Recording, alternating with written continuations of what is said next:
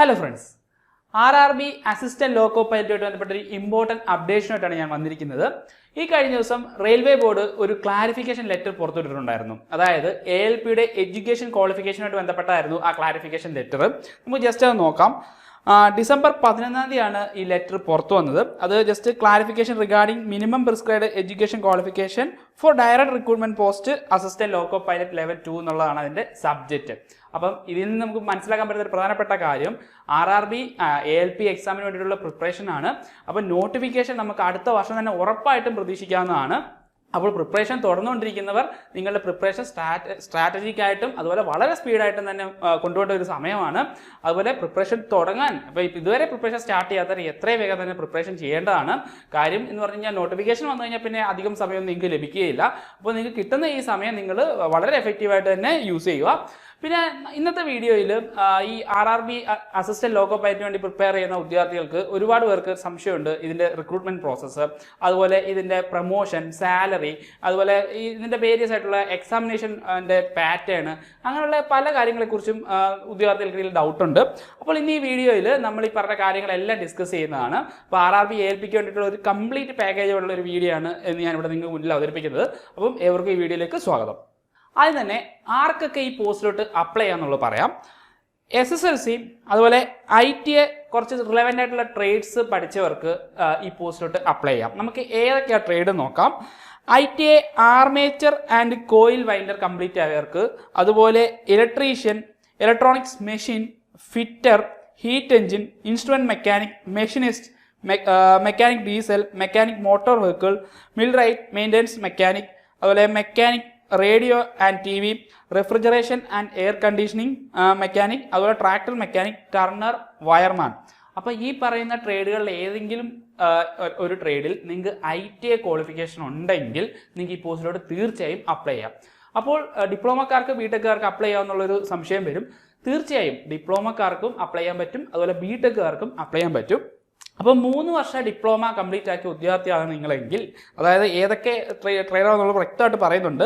Mechanical, electrical, electronics, automobile engineering, ഈ പറയുന്ന 4 സ്ട്രീമുകളിൽ ഏതെങ്കിലും ഡിപ്ലോമ 3 വർഷം ഡിപ്ലോമ പൂർത്തിയാക്കിയ വിദ്യാർത്ഥികളാണ് നിങ്ങളെങ്കിൽ നിങ്ങൾക്ക് തീർച്ചയായും ഈ പോസ്റ്റിലോട്ട് അപ്ലൈ ചെയ്യാവുന്നതാണ്.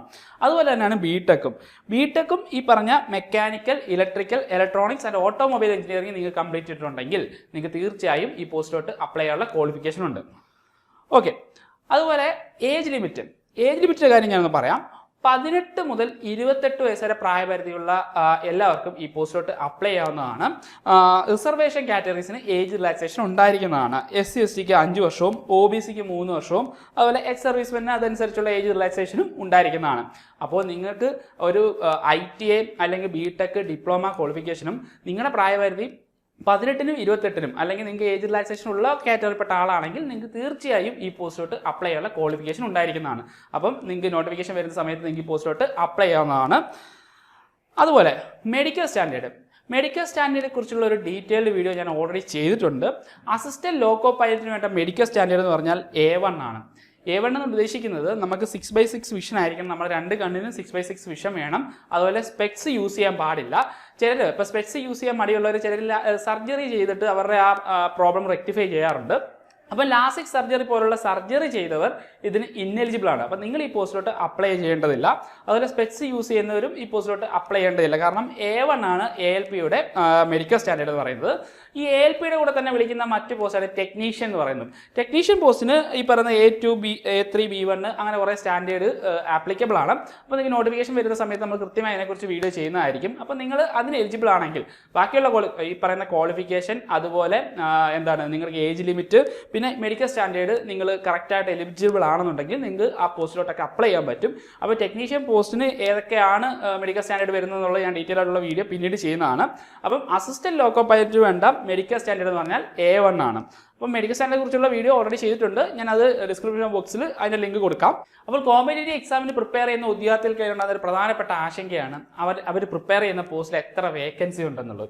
അക്കാര്യത്തിൽ അസിസ്റ്റന്റ് ലോക്കോ പൈലറ്റിന് വളരെയധികം ഒരു വേക്കൻസി നമുക്ക് കാണാൻ പറ്റും. അതായത് കഴിഞ്ഞ അസിസ്റ്റന്റ് ലോക്കോ പൈലറ്റിൻ്റെ വേക്കൻസി എന്ന് പറഞ്ഞു കഴിഞ്ഞാൽ 27,795 അതുപോലെ വേരിയസ് ടെക്നീഷ്യൻ പോസ്റ്റിൻ്റെ 36,576.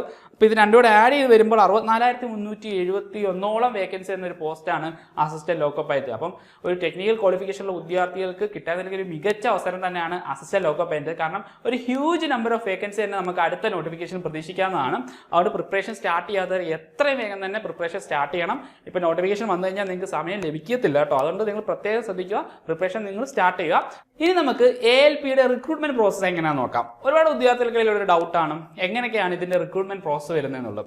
പ്രധാനമായിട്ട് 4 സ്റ്റേജ് ആണ് ALP റിക്രൂട്ട്മെന്റ് ആയിട്ടുള്ളത്. ഫസ്റ്റ് സ്റ്റേജ് എന്ന് പറഞ്ഞാൽ first stage of computer based test ആണ് ആദ്യത്തെ സ്റ്റേജ്. അത് കഴിഞ്ഞ് അതിൽ നിശ്ചയ ശതമാനം മാർക്ക് വാങ്ങിച്ച് പാസ്സാവുന്നവർക്ക് ഒരു second stage of CBT computer based test ഉണ്ടാവും. അതും കഴിഞ്ഞ് CBAT, അതായത് ALPക്ക് മാത്രമുള്ള ഒരു സ്പെഷ്യലൈസ്ഡ് ടെസ്റ്റ് ആണ് CBAT computer based aptitude test എന്ന് പറയുന്നത്. ഇതിനെക്കുറിച്ചുള്ള എല്ലാം ഞാൻ ഡീറ്റെയിൽ ആയിട്ട് പറയാം. അത് കഴിഞ്ഞ് ഡോക്യുമെന്റ് വെരിഫിക്കേഷനും മെഡിക്കൽ വെരിഫിക്കേഷനും കഴിഞ്ഞ് കഴിഞ്ഞാൽ നിങ്ങൾക്ക് ALP ആയിട്ട് അപ്പോയിൻമെന്റ് ലഭിക്കുന്നതാണ്. അപ്പം നമുക്ക് ഇതിന്റെ ഡീറ്റെയിൽ ആയിട്ടോ സെലക്ഷൻ പ്രോസസിന്റെ ഡീറ്റെയിൽ ആയിട്ട് നോക്കാം. ആദ്യത്തെ ഫസ്റ്റ് സ്റ്റേജ് ഓഫ് CBT ആണ്. ഓക്കെ, ഇവിടെ വരുന്നത് 75 മാർക്കിനുള്ള ചോദ്യങ്ങളാണ് നിങ്ങൾക്ക് ഇവിടെ നേരിടേണ്ടത്. അതായത് മാത്സിൽ നിന്നും 20 മാർക്കിനുള്ള ക്വസ്റ്റ്യൻസ്, അതുപോലെ ജനറൽ ഇന്റലിജൻസ് ആൻഡ് റീസണിംഗിൽ നിന്നും 25 മാർക്കുള്ള ക്വസ്റ്റ്യൻസ്, ജനറൽ സയൻസിൽ നിന്നും 20 മാർക്കിനുള്ള ക്വസ്റ്റ്യൻസ്, അതുപോലെ ജനറൽ അവയർനെസ് ആൻഡ് കറണ്ട് അഫയേഴ്സിൽ നിന്നും 10 മാർക്കിനുള്ള ചോദ്യം. അങ്ങനെ ടോട്ടൽ 75 മാർക്കിനായിരിക്കും CBT 1ന്റെ എക്സാം വരുന്നത്. 60 മിനിറ്റ് ആയിരിക്കും നിങ്ങൾക്ക് ഡ്യൂറേഷൻ ആയിട്ട് ലഭിക്കുക. അതുപോലെ ഓരോ നെഗറ്റീവിനും 1/3 മാർക്ക് ഡിഡക്ട് ചെയ്യുന്നതായിരിക്കും. നിങ്ങളുടെ ശരി ഉത്തരത്തിൽ നിന്നും 1/3 മാർക്ക് ഓരോ തെറ്റുത്തരത്തിനും ഡിഡക്ട് ചെയ്യുന്നതായിരിക്കും. അപ്പോൾ ഇവിടെ നിശ്ചയ ശതമാനം മാർക്ക്, ഇതൊരു ക്വാളിഫൈങ് നേച്ചറാണ് ഈ CBT 1 എന്ന് പറയുന്നത്. ഇവിടെ ഒരു നിശ്ചയ ശതമാനം മാർക്ക് വാങ്ങിച്ചാൽ മാത്രമേ നിങ്ങൾക്ക് CBT 2 എലിജിബിലിറ്റി ലഭിക്കുകയുള്ളൂ. അപ്പോൾ ഇവിടെ ലഭിക്കുന്ന മാർക്കൊന്നും നിങ്ങളുടെ മെറിറ്റ് ലിസ്റ്റിനെ സ്വാധീനിക്കുന്നതല്ല. കാരണം ഇത് ജസ്റ്റ് ഒരു ക്വാളിഫൈങ് നേച്ചർ മാത്രമാണ്. അപ്പോൾ ഇവിടെ നിങ്ങൾ 100 മാർക്ക് വാങ്ങിച്ചെന്ന് പറഞ്ഞാലും തൊട്ടടുത്ത് വരുമ്പോൾ നിങ്ങൾ മെറിറ്റ് ലിസ്റ്റ് തയ്യാറാക്കുമ്പോൾ ഈ മാർക്കൊന്നും നിങ്ങൾ പരിഗണിക്കുന്നതല്ല. ജസ്റ്റ് ഒരു ക്വാളിഫൈങ് നേച്ചറുള്ള ഒരു സ്റ്റേജ് മാത്രമാണ് CBT 1 എന്ന് പറയുന്നത്. പിന്നെ ഓരോ പോസ്റ്റിന്റെ വേക്കൻസിയുടെ അനുസരിച്ച് 5 ഇരട്ടി വരെ ആളുകളെ ഉൾപ്പെടുത്തിക്കൊണ്ടാണ് കട്ട് ഓഫ് നിർണ്ണയിക്കുന്നത്. അന്നത്തെ ആ എക്സാമിനേഷന്റെ ടഫ്നെസ് ഒക്കെ അനുസരിച്ചായിരിക്കും കട്ട് ഓഫ് വരുന്നത്. അപ്പോൾ CBT 1ന്റെ ഒരു നേച്ചർ ഇങ്ങനെയാണ്. ഇതിലെ പ്രധാനപ്പെട്ട ടോപ്പിക് സിലബസിനെ കുറിച്ചൊക്കെ ഉള്ള ഡീറ്റെയിൽ ആയിട്ടുള്ള വീഡിയോ നമ്മൾ ഓൾറെഡി ചെയ്തിട്ടുണ്ട്. അപ്പോൾ അതിന്റെ ലിങ്ക് ഞാൻ ഇവിടെ ഡിസ്ക്രിപ്ഷൻ ബോക്സിൽ കൊടുക്കാം. അടുത്താണ് CBT 2. CBT 2 എന്ന് പറഞ്ഞാൽ 175 മാർക്കിനാണ് ടോട്ടൽ CBT 2 വരുന്നത്. അതിൻ്റെ ടോട്ടൽ ഡ്യൂറേഷൻ എന്ന് പറഞ്ഞാൽ 2 മണിക്കൂർ 30 മിനിറ്റ് ആണ്. 2.5 മണിക്കൂറാണ് ഇതിൻ്റെ ഡ്യൂറേഷൻ വരുന്നത്. ഇതിനാണ് പലർക്കും ഡൗട്ട് വരുന്നത്. കാര്യം ഈ CBT 2 രണ്ടായിട്ടാണ് ഡിവൈഡ് ചെയ്തിരിക്കുന്നത്, സെക്ഷൻ എയും സെക്ഷൻ ബിയും. ഇതിൽ സെക്ഷൻ എ എന്ന് പറഞ്ഞാൽ 100 മാർക്കിനുള്ള ചോദ്യങ്ങളുണ്ടാവും, അല്ലെങ്കിൽ 100 മാർക്കുള്ള ക്വസ്റ്റ്യൻസ് ആണ് ഈ സെക്ഷൻ എയിൽ വരുന്നത്. അതുപോലെ സെക്ഷൻ ബിയിൽ നിങ്ങൾ ട്രേഡുമായിട്ട് ബന്ധപ്പെട്ട ITIയിൽ നിങ്ങൾ ഏത് ട്രേഡ് ആണോ, അല്ലെങ്കിൽ ഡിപ്ലോമ, അതുപോലെ എഞ്ചിനീയറിംഗ് പഠിച്ചവർക്ക് സ്പെസിഫൈ ആയിട്ട് ട്രേഡ് സെലക്ട് ചെയ്യാനുള്ള ഒരു ഓപ്ഷൻ ഉണ്ട്. അത് ഞാൻ പറയാം. അപ്പം നിങ്ങൾ സെലക്ട് ചെയ്യുന്ന ട്രേഡ് അല്ലെങ്കിൽ നിങ്ങൾ പഠിച്ച ട്രേഡിൽ 75 മാർക്കിൽ ട്രേഡിൽ നിന്ന് ഒരു 75 മാർക്കുള്ള ക്വസ്റ്റ്യൻസ് ഉണ്ടാവും. ഇവിടെയാണ് ശ്രദ്ധിക്കേണ്ട ഒരു കാര്യം, ഈ ട്രേഡിൽ നിങ്ങൾ 75 മാർക്കുള്ള ക്വസ്റ്റ്യൻസിൽ നിങ്ങൾ 35% മാർക്ക് അവിടെ നിന്ന് നേടിയാൽ മാത്രമേ നിങ്ങളുടെ section A പരിഗണിക്കുകയുള്ളൂ.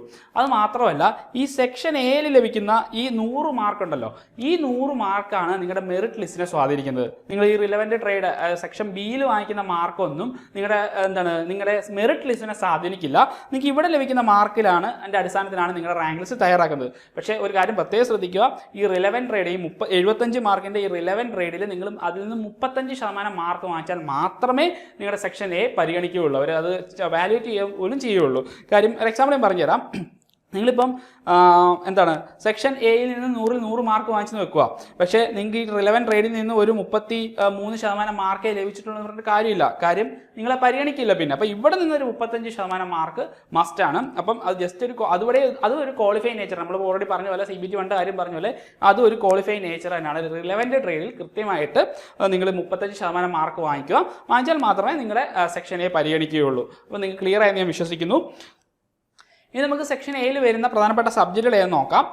Maths, general intelligence and reasoning, general awareness on current affairs. ഇതൊക്കെ CBT 1 വേണ്ടി നമ്മൾ പ്രിപ്പയർ ചെയ്യുന്നതാണ്. അപ്പം നിങ്ങളുടെ പ്രിപ്പറേഷൻ സ്റ്റാർട്ട് ചെയ്യുമ്പോൾ CBT 1 CBT 2 വേണ്ടി കമ്പൈൻഡ് ആയിട്ട് ചെയ്യുക. അപ്പം പിന്നെ ഇതിനകത്ത് വരുന്ന ബേസിക് സയൻസ് ആൻഡ് എഞ്ചിനീയറിംഗിൽ വരുന്ന പ്രധാനപ്പെട്ട ടോപ്പിക്സ് ഞാൻ ഇവിടെ ഉൾപ്പെടുത്തിയിട്ടുണ്ട്. നിങ്ങൾക്ക് ജസ്റ്റ് വീഡിയോ പോസ്റ്റ് ചെയ്തിട്ട് ഇത് നോക്കാവുന്നതാണ്. അപ്പോൾ ഇതാണ് ഇതിൻ്റെ ആ എക്സാമിൻ്റെ പാറ്റേൺ എന്ന് പറയുന്നത്. അതായത് നിങ്ങൾക്ക് ഏതൊക്കെ സബ്ജക്റ്റുകളാണെന്നുള്ള ജസ്റ്റ് ഒരു ഇൻഫർമേഷൻ മാത്രമാണ് നിങ്ങൾക്ക് തന്നത്. ഇതിനെക്കുറിച്ച് എല്ലാം ഡീറ്റെയിൽ ആയിട്ടുള്ള വീഡിയോ നമ്മൾ ഓൾറെഡി ചെയ്തിട്ടുണ്ട്. ഇനി നമുക്ക് CBT2 പാർട്ട് ബിയിലെ ട്രേഡുകളെ കുറിച്ചുള്ള ഡീറ്റെയിൽസ് നോക്കാം. അപ്പോൾ നിങ്ങൾ ഇലക്ട്രിക്കൽ എഞ്ചിനീയറിംഗിലാണ് ഡിപ്ലോമ അല്ലെങ്കിൽ BTech കഴിഞ്ഞതെന്ന് വെക്കുക. അപ്പോൾ നിങ്ങൾക്ക് കുറച്ച് ട്രേഡ്സ് നിങ്ങൾക്ക് സെലക്ട് ചെയ്യാനായിട്ട് കുറച്ച് ട്രേഡ്സ് അവൈലബിൾ ആയിരിക്കും. ഞാൻ ഒരു എക്സാമ്പിൾ പറഞ്ഞുതരാം. ഇലക്ട്രിക്കൽ എഞ്ചിനീയറിംഗിൽ ഡിപ്ലോമ അല്ലെങ്കിൽ BTech കംപ്ലീറ്റ് ആയവരാണെങ്കിൽ നിങ്ങൾക്ക് ഇലക്ട്രീഷ്യൻ, അതുപോലെ instrument mechanic, wireman, winder, armature, refrigeration and air condition mechanic, അപ്പോൾ ഈ പറയുന്ന ഏതെങ്കിലും ഒരു ട്രേഡ് നിങ്ങൾക്ക് സെലക്ട് ചെയ്യാവുന്നതാണ്. അവിടെ നിങ്ങൾക്ക് 35% മാർക്ക് വാങ്ങിക്കുക എന്നുള്ളതാണ് നിങ്ങളുടെ ആ ഒരു പ്രോസസ്സ്. അപ്പോൾ അവിടെ 35% മാർക്ക് വാങ്ങിച്ചാൽ നിങ്ങളുടെ പാർട്ട് എ പരിഗണിക്കുന്നതായിരിക്കും. അതുപോലെ ഇലക്ട്രോണിക്സ് എഞ്ചിനീയറിംഗ് ആണ് നിങ്ങൾ ഡിപ്ലോമ അല്ലെങ്കിൽ BTech കഴിഞ്ഞതെങ്കിൽ നിങ്ങൾക്ക് ഇലക്ട്രോണിക്സ് മെക്കാനിക് അല്ലെങ്കിൽ മെക്കാനിക് റേഡിയോ ആൻഡ് TV എന്ന് പറഞ്ഞ ട്രേഡ് സെലക്ട് ചെയ്തുകൊണ്ട് ഇതിൽ ഏതെങ്കിലും ഒരു ട്രേഡ് സെലക്ട് ചെയ്തുകൊണ്ട് നിങ്ങൾക്ക് 35% മാർക്ക് അവിടെ വാങ്ങാവുന്നതാണ്. അപ്പം നിങ്ങൾ നോക്കുക, ഇപ്പം നിങ്ങൾ BTech അല്ലെങ്കിൽ ഡിപ്ലോമ കഴിഞ്ഞാണെങ്കിൽ നിങ്ങൾ ഈ പറയുന്ന റിലവൻറ്റ് നിങ്ങൾക്ക് താല്പര്യമുള്ള ഒരു ട്രേഡ്, നിങ്ങൾക്ക് ഏറ്റവും ഇൻട്രസ്റ്റ് ഉള്ള ഒരു ട്രേഡ് ഇപ്പോഴേ സെലക്ട് ചെയ്ത് വെച്ച് അതിനെക്കുറിച്ചുള്ള ഒരു പഠനം നിങ്ങൾ സ്റ്റാർട്ട് ചെയ്യണം. അതിൻ്റെ പ്രീവിയസ് ഇയർ ക്വസ്റ്റ്യൻസും അത് റെയിൽവേയിൽ നേരത്തെ ചോദിച്ചിട്ടുള്ള അല്ലെങ്കിൽ ഇനി ചോദിക്കാൻ സാധ്യതയുള്ള ധാരാളം ക്വസ്റ്റ്യൻസ് നിങ്ങൾ അനലൈസ് ചെയ്ത് നിങ്ങളൊരു പഠനം ഇപ്പോൾ തന്നെ സ്റ്റാർട്ട് ചെയ്യണം. ഞാൻ ആദ്യം പറഞ്ഞ പോലെ തന്നെ CBT1 CBT2 കമ്പൈൻഡ് ആയിട്ടുള്ള ഒരു പഠനം തന്നെയാണ് ഈ RRB ALP എക്സാം ക്ലിയർ ചെയ്യാനുള്ള ഏറ്റവും നല്ല മാർഗ്ഗം എന്ന് പറയുന്നത്. ഓക്കെ, ബാക്കിയുള്ള ട്രേഡിൻ്റെ ഡീറ്റെയിൽസ് ഞാൻ ഇവിടെ കൊടുത്തിട്ടുണ്ട്. നിങ്ങൾക്ക് ജസ്റ്റ് വീഡിയോ പോസ് ചെയ്തിട്ട് നിങ്ങൾക്ക് അത് നോക്കാവുന്നതാണ്. അപ്പോൾ RRB ALPക്ക് വേണ്ടിയിട്ടുള്ള CBT1 CBT2 ക്ലിയർ ചെയ്ത് വരുന്ന വിദ്യാർത്ഥി നേരിടേണ്ട അടുത്ത ഒരു സ്റ്റേജാണ് CBAT എന്ന് പറഞ്ഞത്. CBAT means computer based aptitude test ആണ്. ഇത് ജസ്റ്റ് നിങ്ങളുടെ മെമ്മറി ടെസ്റ്റ് അല്ലെങ്കിൽ നിങ്ങളുടെ സ്പീഡ് ആൻഡ് ആക്യുറസി ഒക്കെ ടെസ്റ്റ് ചെയ്യാനുള്ള ഒരു സ്റ്റേജ് മാത്രമാണ് ഈ CBAT എന്ന് പറയുന്നത്. ഇതിൻ്റെ പ്രിപ്പറേഷൻ നിങ്ങൾക്ക് ഈ പറയുന്ന CBT2 ശേഷവും നിങ്ങൾക്ക് ചെയ്യാവുന്നതാണ്. അപ്പം ഇതിൽ വരുന്ന പ്രധാനപ്പെട്ട ടെസ്റ്റുകൾ നമുക്ക് നോക്കാം. Memory test, following direction test, depth perception test, concentration test, perception speed test, speed, memory, accuracy, ഇതൊക്കെയാണ് മെയിനായിട്ടും നിങ്ങളെ അനലൈസ് ചെയ്യുന്നത്. ഇത് ഒരു ക്വാളിഫൈഡ് നേച്ചറാണ്. ഇവിടെ മിനിമം വേണ്ടത് 42 മാർക്കാണ്. അപ്പം 42 മാർക്ക് നിങ്ങൾക്ക് ഇതിൽ ലഭിച്ചിട്ടുണ്ടെങ്കിൽ നിങ്ങൾ CBATന് ക്ലിയർ ആണ്.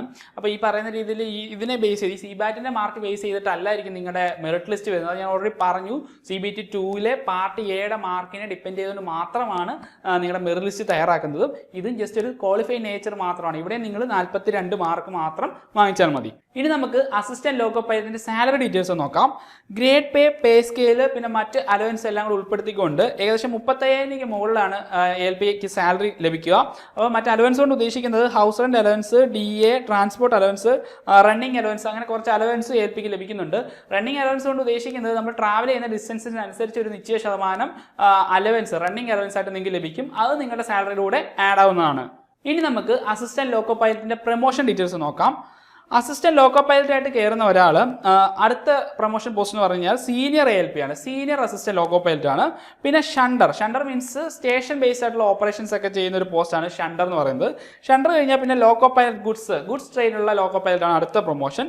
പിന്നെ പാസഞ്ചർ ട്രെയിന്, പിന്നെ mail and express loco pilot, പിന്നെ ലോക്കോ ഇൻസ്പെക്ടർ വരെ നിങ്ങൾക്ക് ആവാൻ പറ്റും. അതായത് അസിസ്റ്റന്റ് ലോക്കോ പൈലറ്റ് ആയിട്ട് കയറുന്ന ഒരാൾക്ക് ലോക്കോ ഇൻസ്പെക്ടർ വരെ ആവാനുള്ള ഒരു സാധ്യതയാണ് ഉള്ളത്.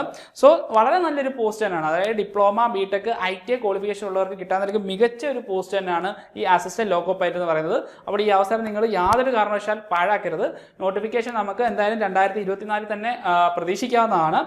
അപ്പോൾ RRB ALP എക്സാമിന് വേണ്ടി പ്രിപ്പയർ ചെയ്യുന്ന വിദ്യാർത്ഥികൾക്ക് വേണ്ടിയിട്ടുള്ള ഇൻറ്റൻസീവ് കോച്ചിങ് ANS അക്കാദമിയിൽ അവൈലബിൾ ആണ്. കേരളത്തിൽ തന്നെ പ്രഗത്ഭരായ അധ്യാപകർ നയിക്കുന്ന ലൈവ് ആൻഡ് റെക്കോർഡ് ക്ലാസ്സുകൾ, ടെസ്റ്റുകൾ, monthly test, weekly test, assessment test, model test, പിന്നെ മെൻറ്റർഷിപ്പ് സപ്പോർട്ട്, പിന്നെ വാട്സപ്പ് കമ്മ്യൂണിറ്റി മുതലായ നമ്മുടെ കോഴ്സിൻ്റെ ഫീച്ചേഴ്സാണ്. അപ്പോൾ ANS അക്കാദമിയോടൊപ്പം ചേർന്ന് നിങ്ങളുടെ പ്രിപ്പറേഷൻ എത്രയും വേഗം തന്നെ സ്റ്റാർട്ട് ചെയ്യാവുന്നതാണ്. കാരണം വീഡിയോയുടെ തുടക്കത്തിൽ പറഞ്ഞതുപോലെ തന്നെ നിങ്ങൾക്ക് നോട്ടിഫിക്കേഷൻ വന്നു കഴിഞ്ഞാൽ അധിക സമയമൊന്നും ലഭിക്കുകയില്ല. സോ നിങ്ങളുടെ പ്രിപ്പറേഷൻ എത്രയും വേഗം തന്നെ സ്റ്റാർട്ട് ചെയ്യുക. അപ്പോൾ ഈ കോഴ്സിനെ കുറിച്ചുള്ള ANS അക്കാദമി നടത്തുന്ന ഈ ALP എക്സാമിന് വേണ്ടിയിട്ടുള്ള കോഴ്സിനെ കുറിച്ചുള്ള കൂടുതൽ വിവരങ്ങൾ അറിയാനും അതുപോലെ തന്നെ ഈ പോസ്റ്റിനെ സംബന്ധിച്ച് നിങ്ങൾക്ക് എന്തെങ്കിലും ഡൗട്ട്സ് ഉണ്ടെങ്കിൽ ക്ലിയർ ചെയ്യാനുമായി താഴെ കാണുന്ന ഗൂഗിൾ ഫോം ഫില്ല് ചെയ്യാവുന്നതാണ്. അപ്പോൾ ഏവർക്കും വിജയാശംസകൾ.